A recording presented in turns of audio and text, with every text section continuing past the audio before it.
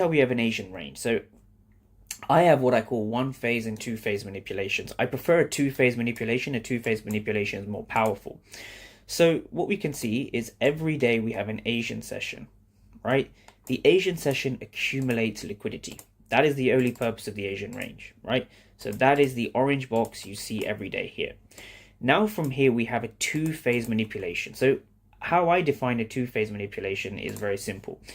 If the market sweeps the Asian low and the Asian high before our entry, this is a one phase and a two phase manipulation. So what are the phases of manipulation? So when we're looking at a two phase manipulation with respect to the Asian range, the Asian range has only 2 points we are interested in, the Asian low and the Asian high. So I put two red lines like this. So for example, let me break down today's trade. So this was our key level. So we had a 15-minute fair value gap just over there. That is the key level. Okay, so we're way above the weekly opening price. We're looking for potential shorts if we get the entry. So this is the key level. So the reason key levels are important is because you are trying to analyze price action inside of those key levels. So we saw the sell-off from around 11:15 Eastern all the way down to about 12 p.m. Eastern.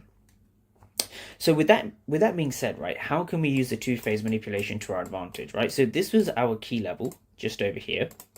So when we look for an entry, we're looking for basically a break and a retest to head lower. Now, what makes this a two-phase manipulation is that we've actually taken out the Asian range low and then the Asian range high. So we've had two phases of manipulation just like this.